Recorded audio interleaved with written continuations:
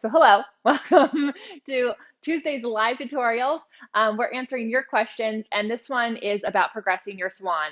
It's actually came out of this month's onlinepilatesclasses.com monthly workouts, where on the mat, reformer, Cadillac, and Wunda Chair, every single 50-minute workout is based on the Swan.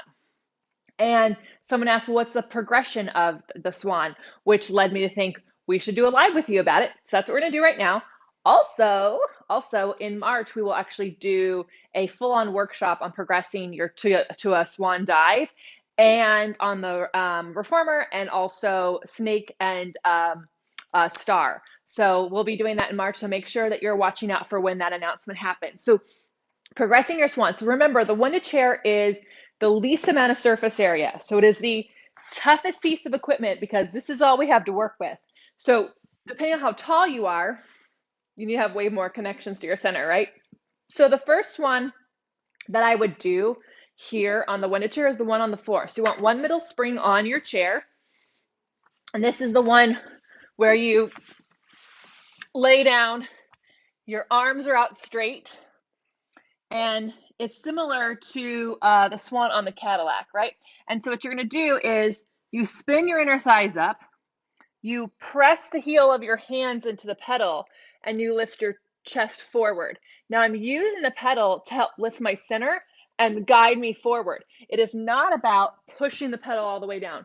When you do that, it puts you in your lower back, but also if your spine stops moving, the pedal should stop moving, because the point of using any springs is to help you find more length and support. It is not about making things bigger than they can be beyond your strength. So if that's feeling really good, you're not feeling your legs move around, or you're not dipping into your lower back, then the next one would be on top of the chair, still on one middle spring. You want the heels of your hands on the front of the chair.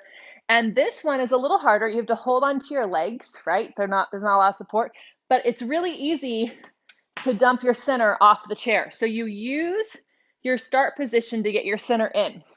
Then you challenge it by bending your elbows 3 times, connecting your arms to your back, and then you pull your heart forward. So now we can use the pedal to help us get more length, but what we don't want is the legs to lift. So if they were lifting on the floor here, then this one you're not ready for yet, because you're just going to lift your legs with your head and chest. We don't want that. So if you're wanting to challenge or teach yourself a little bit more, then from here you would do a one-arm swan. So you just take one hand a little closer to the center, other arm out to the side like a wing, and you can do your pumps and you can do your lift, and it will kind of let you know which side you're riding the spring with and which side is twisting. Then from there is the big swan. So this is the swan that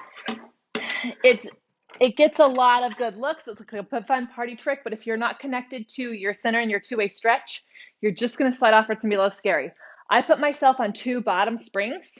It's ideally done on 1 middle spring, but so I can show you and talk at the same time. 2 bottom is a little bit more supportive.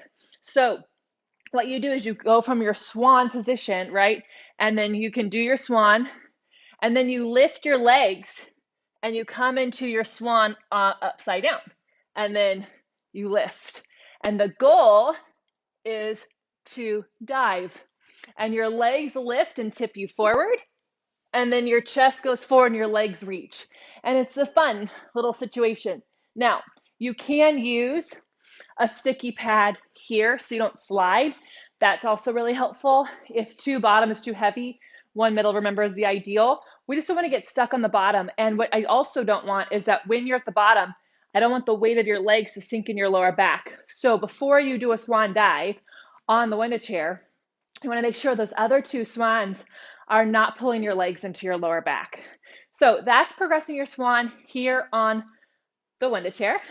Start on the floor where you have way more support, then move to the top of the chair where you have less support, then rock your swan, right? And then that would be how I do it. You don't have to do all of them in a row or at once or in the same workout. Take your time. Be on the floor as long as you need. And then remember that you have all the other Swans and all the rest of the Pilates repertoire to teach you.